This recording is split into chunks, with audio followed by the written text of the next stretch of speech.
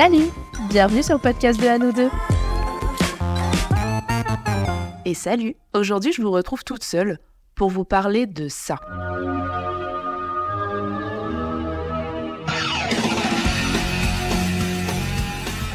Si vous avez reconnu, et si vous avez lu le titre de l'épisode d'aujourd'hui, vous savez qu'on va parler de Buffy contre les vampires. Buffy, c'est vraiment une série que j'adore, que j'ai commencé à regarder quand ça a passé dans la trilogie du samedi sur M6. Les vrais savent, les années 90 on représente. Du coup, j'ai commencé à regarder ça jeune, et j'ai beaucoup évolué avec la série, dans le sens où c'est une série que j'ai beaucoup regardée. Et au fil des années, mon amour pour cette série n'a jamais changé. Et même encore mieux, dans le sens où plus j'ai grandi, plus j'ai regardé Buffy, plus j'ai compris des choses, parce que forcément j'ai évolué, j'ai eu de la maturité, j'ai eu de l'expérience dans la vie, j'ai eu un autre regard sur les choses, etc. Vous savez que quand on regarde un truc quand on est enfant, on le regarde avec un œil différent une fois qu'on est adulte. Et Buffy, c'est vraiment une série coup de cœur pour moi, et j'en parle très souvent. J'adore la recommander, j'adore en discuter avec les gens. Donc, je me suis dit, pourquoi pas en faire un épisode. Pour vous faire un petit récap de Buffy contre les vampires, du coup, c'est une série télé qui est sortie en 1997 aux États-Unis et elle est arrivée en France, donc dans M6, pas du tout, sur M6, en 98, donc un an après. Oui, parce que là, je vous parle d'une époque où on n'avait pas de streaming, on n'avait pas de Netflix, on n'avait pas de tout ça. Nous, on devait attendre au moins un an avant qu'une nouvelle série ou qu'un épisode soit diffusé une fois qu'il a été sorti aux États-Unis. Bref, je vous parle d'un temps que les moins de 20 ans ne peuvent pas connaître. Donc du coup, cette série, elle a été écrite par Joss Whedon et ça raconte l'histoire de Buffy Summers, qui est une adolescente qui vit à Los Angeles et qui est du coup tueuse de vampires. La série se découpe en 7 saisons et au total, il y a 144 épisodes. Du coup, pour les débuts de la série, vraiment pour vous donner l'ambiance, l'univers, etc. C'est vraiment une série fantastique et un peu romantique, on va pas se le cacher. Vous avez vraiment la découverte des lieux, les personnages, c'est des adolescents. Buffy, c'est une ado lambda à la base, et un jour on lui dit « mais en fait, c'est toi la tueuse ». Qu'est-ce que c'est la tueuse ? Ok, très bien. Et en fait, elle a un pouvoir qui fait qu'elle a une force limite surnaturelle qui lui permet de tuer des démons, tuer des vampires, etc. Donc elle a une grosse mission sur les épaules dès ses 16 ans, finalement. Au départ de la série, dans les débuts de la série, il y a son groupe d'amis, ils sont 3 à la base, quand elle arrive au lycée de Sunnydale. Sunnydale, c'est la ville où elle vit. Le trio gagnant de base, c'est Buffy, Willow et Alex. Donc vraiment, la série commence là-dessus. On va aussi avoir une romance, très rapidement, avec un vampire qui s'appelle Angel, et on va avoir donc les premiers monstres, les premiers méchants de l'histoire et tout ça et tout ça. Ce que j'adore dans cette série, c'est que le personnage de Buffy, qui est le personnage central, mais aussi tous les autres personnages autour, sont au départ plutôt classiques, on va dire, plutôt très lisses, et ça évolue grandement au fil de toutes ces saisons. Pourquoi est-ce que c'est une série que j'adore ? Il y a plusieurs points que je vais aborder dans cet épisode sur pourquoi est-ce que j'adore Buffy. J'ai pas étalé tous les points qui font que j'aime bien cette série, parce que je pense que ça va être trop long et que faire un épisode toute seule, ça va peut-être être un peu chiant pour vous à écouter. Mais je vais quand même aborder plusieurs points et essayer d'expliquer le pourquoi du comment. Après, encore une fois, c'est ma vision des choses. C'est comment est-ce que moi je les vis, comment moi je les ressens. Donc cet avis m'appartient à moi. Peut-être que si vous avez regardé Buffy, vous allez avoir un autre point de vue et vous avez bien raison. Et aussi, surtout, si vous n'avez jamais regardé Buffy, pour X ou Y raison, j'espère un peu vous donner envie de le faire parce que je trouve que c'est vraiment une série qui est géniale. J'ai l'impression d'avoir déjà dit ça 10 fois. Bref, du coup, pourquoi est-ce que j'adore cette série ? C'est une des premières séries féministes qui a été mise au grand public, ou en tout cas que moi j'ai découvert en tant que telle. Dans le sens où Buffy, c'est une nana qui a énormément de volonté, qui a du coup une force physique et mentale. C'est une nana qui est indépendante, qui fait ses choix et qui les assume au maximum qu'elle puisse le faire. Surtout dans la série, c'est une nana qui est présentée avec ses défauts et ses qualités. Et vraiment, elle en a beaucoup, que ça soit d'un côté comme de l'autre. C'est vraiment une mise en avant pour qu'elle ait son rôle à elle, et non le fait que ça soit une femme forte. J'ai mis des guillemets en disant ça. Parce que dans cette série, les femmes sont les égales des hommes. Dans le sens où on va pas dire « Ah, mais les hommes, ils sont plus forts. Ah, mais les hommes, ils sont ci. Ah, mais les hommes, ils sont ça. Non, mais c'est normal qu'il ait gagné, et puis de toute façon, il va gagner parce que c'est un homme. » Non, en fait. Justement, ça, c'est pas trop un sujet, je trouve, dans la série, ou en tout cas, j'en ai pas le souvenir. Les femmes sont au même niveau que les hommes. Et c'est pas une question de sexe, en fin de compte. C'est une question d'endurance, c'est une question de persévérance, de volonté, etc. Donc ça, pour moi, c'est ça qui est féministe. Pour moi, être féministe, c'est que les femmes soient à l'égal des hommes, au maximum que cela puisse l'être. Et du coup, parfois, c'est un peu bancal dans la série. Je trouve que parfois, le féminisme, justement, est un peu trop poussé dans son paroxysme, dans le sens où les hommes, notamment le personnage d'Alex, est souvent mis en arrière-plan, malgré le fait que ça soit un perso qui est indispensable. Il est vraiment indispensable dans l'équilibre du groupe. Il est primordial qu'il soit là, pour plein de raisons différentes. Et parfois, je trouve qu'il y a certains personnages masculins où on tombe dans... je vais peut-être pas me faire des amis, mais dans ce mauvais féminisme où, du coup, c'est un peu trop revendiqué que, les femmes en avant et les hommes derrière. Encore une fois, moi, mon avis du féminisme, c'est l'égalité et l'équité, surtout. Ensuite, le fait que j'ai adoré Buffy. Donc, pour vous recontextualiser, c'est arrivé en 98 en France. Donc, ça veut dire que moi, la première fois que j'ai vu Buffy, j'avais moins de 10 ans. Du coup, il faut vraiment prendre ça en compte, dans le sens où j'étais une gamine. Pour moi, c'est vraiment des choses qui m'ont appris beaucoup, en fait, de voir cette série. C'est des choses qui m'ont fait voir d'autres choses, qui m'ont éduquée au final. Donc pourquoi est-ce que j'ai adoré très rapidement Buffy contre les vampires ? Parce qu'en fait, ça a été une des premières séries qui a mis en avant un couple lesbien et c'était pas un sujet. Le couple de Willow et de Tara existe, est là, et en fait, personne dit « Mais t'es avec une femme ? Mais pourquoi ? Et comment ?» Enfin, en fait, on n'en parle pas dans la série. Pour vous expliquer, en fait, le personnage de Willow, à la base, elle sort avec un homme qui s'appelle Oz, donc quand ils sont au lycée. Et en fait, Willow, pour plusieurs raisons, va se séparer de Oz. Quand elle arrive à l'université, elle rencontre Tara. Et en fait, elles se mettent ensemble et elles tombent amoureuses très rapidement. Et en fait, c'est pas un sujet, le fait qu'elles soient deux femmes ensemble. Pour moi, en fait, ça a été hyper important et hyper révélateur. Parce que j'étais jeune et j'ai vu ça et je me suis dit... Ah mais ok, mais en fait, c'est normal, on aime qui on veut en fin de compte. On s'en fout qu'on aime un homme, qu'on aime une femme. Willow, elle a aimé un homme, elle a aimé une femme. Donc en fait, c'est pas un sujet. En fait, on fait ce qu'on veut. J'ai adoré ça. Et je l'adore toujours. Je trouve que c'est hyper important. C'est un petit peu aussi ce qu'on pouvait dire dans l'épisode de Sailor Moon qu'on a enregistré avec Roxane. Si vous l'avez pas écouté, allez l'écouter. Mais c'est aussi une des raisons qu'on expliquait qui fait qu'on adore Sailor Moon. En fait, on adore toutes ces choses, toutes ces créations, toutes ces œuvres qui sont mises au grand public, où on parle de sujets qui sont normaux, en fait. Et on n'a pas besoin d'épiloguer dessus, on n'a pas besoin d'expliquer. On n'a pas besoin de dire « Ah bah oui, alors du coup, Willow, en fait, elle a été... peut-être qu'en fait, elle est partie avec une femme parce qu'elle était déçue des hommes. » Non, pas du tout, en fait. Ça n'a aucun rapport. En fait, on s'en fout. Donc voilà. Pour moi, ça a été incroyable. Et vraiment, ça a été... Bon, de toute façon, vous le verrez plus tard dans l'épisode, mais Willow, c'est vraiment un de mes persos préf. Et je pense aussi que c'est un de mes personnages préférés pour ça, parce que ça m'a très rapidement amené une ouverture d'esprit en me disant en fait, on s'en fout, viens, on aime qui on veut. Ensuite, j'ai beaucoup d'admiration et de projection pour pas mal des personnages de la série. En fait, c'est une série que j'ai aimée, et en étant adulte et enfant d'ailleurs, j'ai eu une forme d'admiration pour Buffy et pour cette bande de potes qui s'étoffe au fil des saisons. J'adore la série parce qu'il y a des monstres, parce que c'est un univers witchy, c'est un univers fantastique. Il y a des personnages, donc il y a les méchants, il y a des hommes, il y a des femmes, il y a plein de méchants différents d'ailleurs. On va avoir des méchants, vraiment c'est des monstres, ils sont dégueulasses. On va en avoir, ils sont grave beaux. Enfin voilà, il y a plein de spectres différents, de démons différents. C'est une série pour laquelle j'ai beaucoup d'admiration parce qu'il y a des relations compliquées entre certains personnages. Ils sont vrais, ils sont nature. Je trouve qu'il y a une palette d'émotions qui est représentée, qui est hyper importante. Et puis, c'est une série sur laquelle j'ai eu un peu un effet miroir. C'est pour ça que je dis que j'ai un mélange d'admiration et de projection. Parce qu'en fait, à l'arrivée de Dawn, donc Dawn, c'est la petite sœur de Buffy, et elle arrive vraiment un peu comme un cheveu dans la soupe dans la série. C'est un personnage qui a jamais été mentionné, et en fait, en saison 5, elle arrive comme ça. Genre, au premier épisode de la saison 5, Buffy, elle a une petite sœur. Mais elle a pas une petite sœur bébé, elle vient pas de naître, Dawn. Dawn, je crois que quand elle arrive, elle a genre 13-14 ans, un truc comme ça. Donc vraiment, moi, j'ai rien compris quand j'étais petite. J'étais là genre... Hein ? Mais à quel moment on a dit qu'elle avait une petite sœur Buffy ? Elle avait une petite sœur Buffy, sur dos, celle-là. Et du coup, ça non plus, c'est pas un sujet. On n'a pas forcément, ou alors j'ai pas compris, mais je trouve qu'on n'a pas forcément eu d'explication sur d'où Dawn vient. Ou alors franchement, voilà, encore une fois, j'ai peut-être pas le souvenir, ou j'ai pas compris. Hein.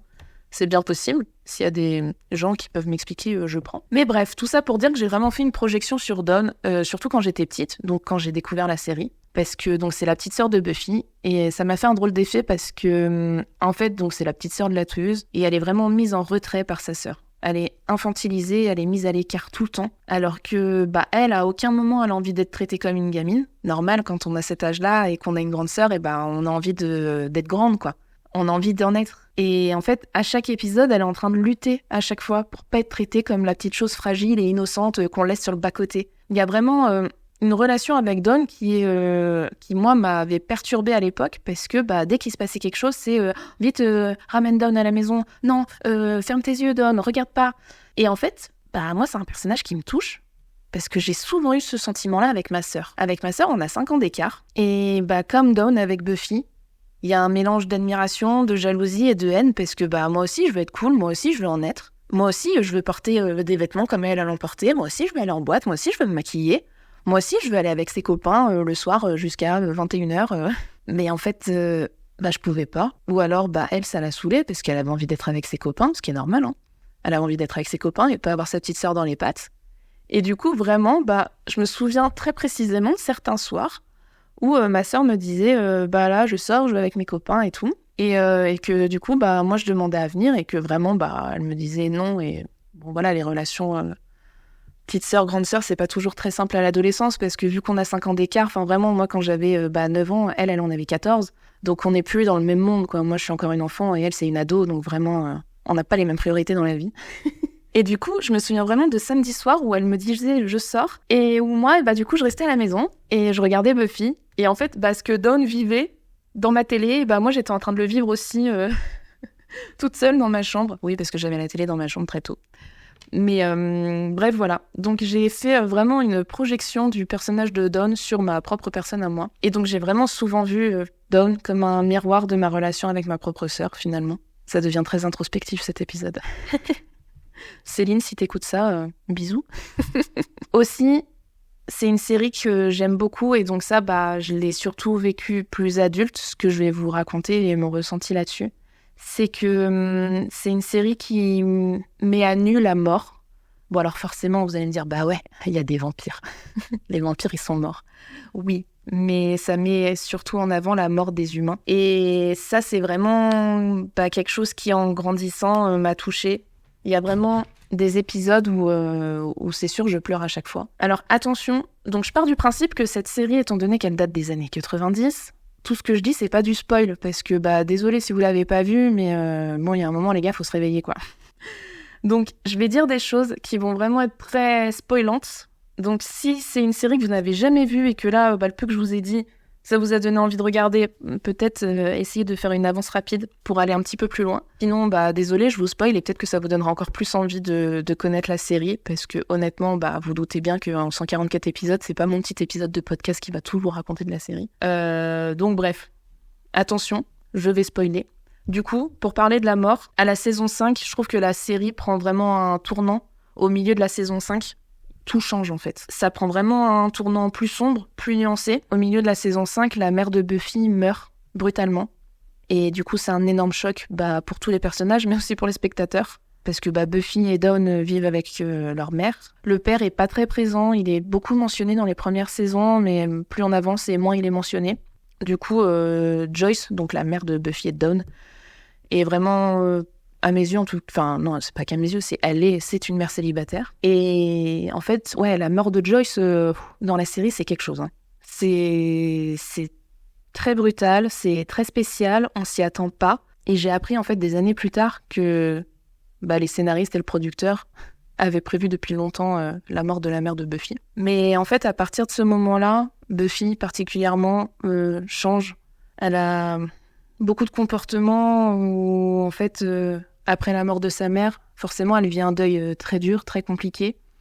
Et en fait, pendant toute cette phase de deuil, Buffy évolue énormément. Pas forcément en bien, pas forcément en mal non plus, parce que qui sommes-nous pour juger quand on perd un parent ? Elle évolue grandement.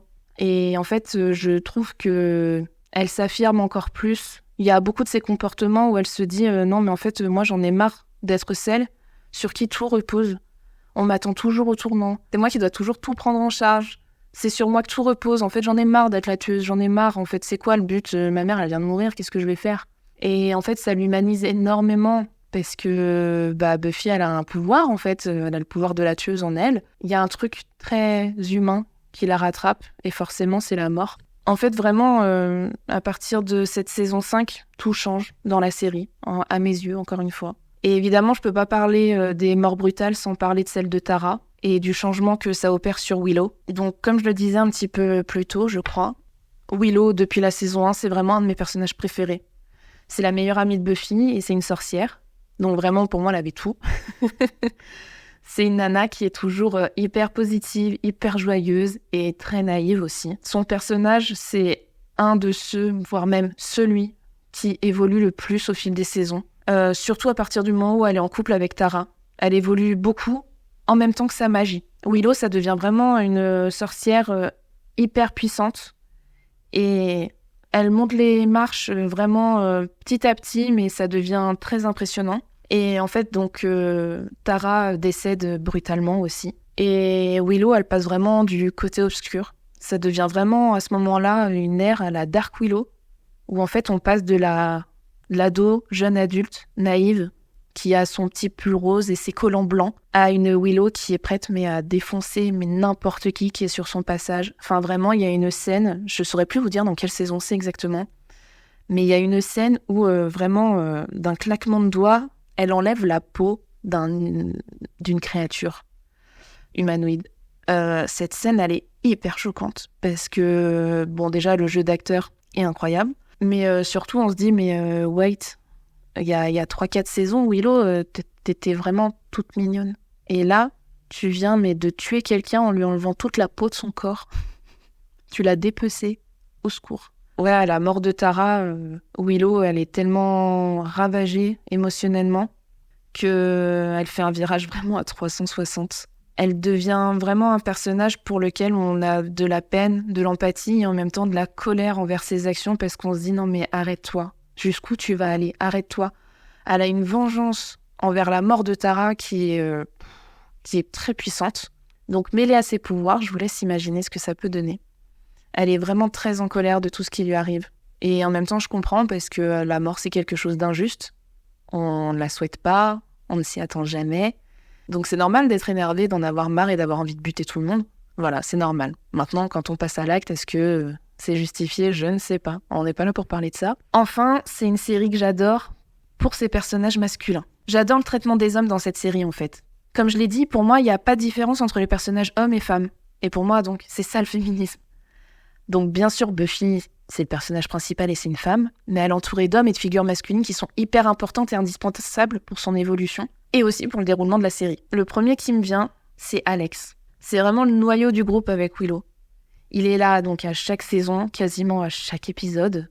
C'est un peu celui qui est toujours là. C'est le pote sur qui on peut compter. C'est le grand frère qui aura toujours un mot pour rire et pour détendre l'atmosphère quand il y a une situation un peu difficile. C'est un personnage qui a aucun pouvoir. C'est vraiment l'humain à 100%. Il n'a pas de rôle majeur, dans la série en tout cas, mis à part d'être là pour ses amis et pour ceux qu'il aime. C'est vraiment le normal boy en fait de la série. Et ça fait du bien d'avoir un personnage qui est complètement terre à terre dans cet univers si fantastique. Et évidemment, le deuxième personnage masculin auquel je pense quand je parle de Buffy, c'est Giles. C'est vraiment la figure paternelle pour Buffy, c'est son mentor.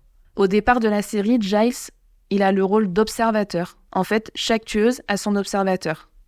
Il est là pour l'entraîner, pour lui apprendre tout sur ce monde parallèle, sur tous les démons. Il est là pour la coacher, en fait. C'est vraiment son coach. Et lui doit rendre des comptes à une institution. Alors, je ne sais plus laquelle, mais en gros, l'institution des observateurs. Au fil des saisons, son rôle, il change vraiment. Il passe vraiment de celui qui donne des leçons, vraiment le bibliothécaire chiant, à celui qui fait partie intégrante de la bande et qui apporte son expérience et sa maturité au milieu de tous ces jeunes adultes qui parfois sont vraiment paumés. Et heureusement qu'il est là.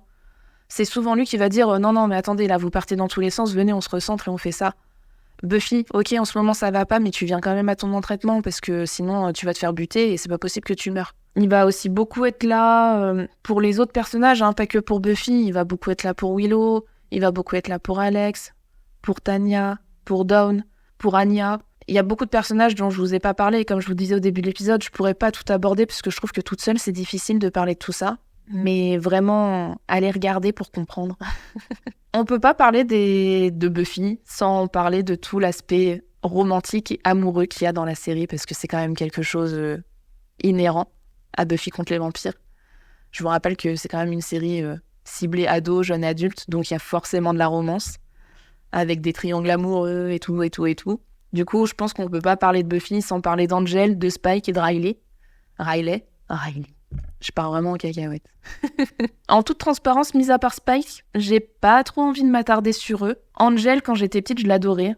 Parce qu'il était lisse, il était beau, il était super, il était doux. En grandissant, vraiment, il me saoule. Je le trouve chiant. Il est parfait pour la Buffy adolescente, mais beaucoup trop gnangnan, et il est bourré d'état d'âme. Et en fait, il me fait beaucoup penser à Edward dans Twilight. Quand j'ai découvert Twilight bien après Buffy, évidemment. Et en fait, vraiment, quand j'ai découvert Twilight, je me suis dit, mais Edward, qu'est-ce qui me fait penser à Angel ? Je me dis vraiment, je ne sais pas, je me suis pas renseignée là-dessus, mais j'ai vraiment l'impression que le personnage d'Edward dans Twilight a été pompé sur Angel. Riley, c'est le deuxième petit ami officiel de Buffy. C'est vraiment pas un mec que j'aime bien, même le personnage, en fait. Honnêtement, j'ai trop rien à dire sur lui parce que c'est celui qui me plaît le moins, je le trouve pénible. En plus, il fait des coups dans le dos à Buffy. Donc, j'ai pas un bon souvenir de lui. C'est peut-être très bête et idiot de dire ça comme ça, mais ouais, je sais pas, je l'aime pas. Je le trouve chiant, je trouve que toutes les histoires autour de lui, de son commando, machin et tout, je trouve ça hyper pénible. C'est un gentil pour Buffy, mais non. Et puis il y a trop de je t'aime et en fait je t'aime plus et on n'est plus ensemble. Et vraiment toute la saison autour de leur relation, je la trouve chiante quoi. Enfin toute leur relation en fait je la trouve hyper chiante. Et enfin je garde le meilleur pour la fin. On va parler un peu du bad boy, le méchant vampire, Spike. J'adore ce personnage. J'adore l'acteur, j'adore ce qu'il a fait du personnage, comment il l'a représenté, comment il le joue, il le vit. Franchement, Buffy, on va pas se mentir, ça a pas très bien, ça a pas bien vieilli du tout même. Forcément, que ça soit les vêtements, que ça soit certaines répliques, que ce soit évidemment les effets spéciaux qui sont nuls à chier. Franchement, c'est pas ouf, ça a pas bien vieilli sur plein de points. Mais alors, le personnage de Spike, pour moi, il a pas pris une ride. C'est un personnage c'est un vampire, qui au début de Buffy il est vraiment dans le camp des méchants, mais c'est un personnage qui reste et qui est très punk, qui se fout de tout mais qui est hyper sensible et blessé par la vie et par des précédentes relations. Du coup je l'adore, je trouve que les scénaristes en ont fait un super personnage, je le trouve hyper attachant même s'il est hyper toxic boy. Voilà, il est pas parfait avec Buffy non plus, il est pas parfait avec d'autres nanas dans la série, loin de là. C'est un menteur, c'est un manipulateur, franchement, c'est un égoïste fini. Mais voilà, je l'aime beaucoup, je trouve qu'avec Buffy, il est très bien, il la canalise énormément pendant sa phase de deuil, justement avec sa mère. Et dans la suite de la série, je trouve que avec d'autres, il a vraiment été toxique, avec d'autres relations. Mais je trouve qu'avec Buffy, il est hyper sain et heureusement qu'il est là en fait. Comme je l'ai dit un petit peu à plusieurs reprises durant l'épisode, je peux pas développer tous les personnages. L'épisode va durer beaucoup trop longtemps et comme je vous disais, je trouve que quand je suis toute seule, je préfère faire des épisodes un petit peu plus courts. Tout ce que je peux vous dire, c'est vous inviter à voir ou à revoir Buffy. C'est une série qui est hyper complète et vous aimerez sûrement découvrir le personnage de Drusilla, de Faith, que j'adore aussi, j'adore le personnage de Faith. De Cordelia, d'Anya et j'en passe, plein d'autres. Je vais aussi vous faire un petit listing de mes épisodes préférés. Honnêtement, j'en ai pas mis beaucoup parce que sinon ça va vraiment durer trop longtemps. Mais dans mes épisodes préférés, là, ceux dont je me suis souvenue en préparant l'épisode, il y a l'épisode Le démon d'Halloween. Bon, de toute façon, tous les épisodes d'Halloween, à chaque saison, il y a un épisode spécial Halloween. Je les adore. Mais vraiment, celui de la saison 4, épisode 4, du coup, qui s'appelle Le démon d'Halloween, je l'adore, il est super. Il est très drôle, enfin voilà, il se passe plein de trucs. Bref, C'est un épisode où Anya est déguisée en lapin. Enfin, bref, c'est très drôle. Toujours dans la saison 4, l'épisode 10 qui s'appelle Un silence de mort. C'est un épisode complètement muet. Et franchement, quand je l'ai vu quand j'étais petite, il m'a fait flipper ma mère. Cet épisode me fait encore peur un peu aujourd'hui. Et c'est un épisode 100% muet. J'avais jamais vu ça dans une série et je crois que je l'ai jamais revu depuis. Donc vraiment, je vous conseille à 1000%. Ensuite, dans la saison 5, il y a un épisode qui est centré sur le personnage de Spike. Donc forcément, je l'adore. C'est l'épisode 7 de la saison 5 et ça s'appelle La Faille. Ensuite, dans la saison 6, il y a un épisode qui s'appelle À la dérive. Et c'est un épisode que j'adore. C'est l'épisode 17 de la saison 6. Où en fait, on suit Buffy qui est en hôpital psy. Et où vraiment, ça pose des questions sur sa santé mentale. C'est pour ça que je vous disais un petit peu plus haut dans l'épisode que Buffy, c'est vraiment un personnage qui est complexe, où il y a plein de nuances. Et où vraiment, à un moment, on se demande où en est sa santé mentale. Sans parler du fait, est-ce qu'elle est folle, est-ce que machin et tout, parce que c'est pas dans ce sens-là. Mais cet épisode, il perturbe beaucoup et moi, je sais qu'après celui-là, je la voyais différemment en me disant, mais peut-être qu'en fait, elle est malade, cette nana. L'épisode qui s'appelle À la dérive, saison 6, épisode 17, hyper important aussi dans la série. Bon, je reviens pas sur l'épisode de la saison 5 de la mort de Joyce, parce que j'en ai déjà parlé, mais ça fait aussi partie, entre guillemets, de mes épisodes préférés, même si c'est un épisode très dur, mais on va dire que c'est un épisode clé de la série. Et enfin, je vais vous dire que le dernier épisode, c'est un de mes préférés. Le tout dernier épisode de la série, donc c'est un épisode qui se découpe en 2 parties. Donc c'est l'épisode 21 et 22 de la saison 7, si je vous dis pas de bêtises, qui s'appelle La fin des temps. Et oui, évidemment, c'est aussi un de mes épisodes préférés. L'émotion est en train de me faire bafouiller. J'adore cet épisode. En fait, il regroupe quasiment tous les personnages, c'est des adieux, c'est des au revoir, c'est une série aussi où, mine de rien, ils n'ont pas eu peur de tuer des personnages. J'apprécie ça, dans le sens où on s'est attaché, mais ça fait aussi partie de la vie que de perdre des gens auxquels on est attaché. Et j'aime bien quand on fait ça aussi dans les séries, même si ça me fait souffrir. Mais voilà, le tout dernier épisode, c'est un de mes épisodes préférés aussi. Écoutez, on va s'arrêter là. J'espère que c'est un épisode qui vous a plu. C'est le dernier épisode de la saison du podcast où je suis seule. Il y aura encore 2 épisodes qui vont sortir avant une pause estivale.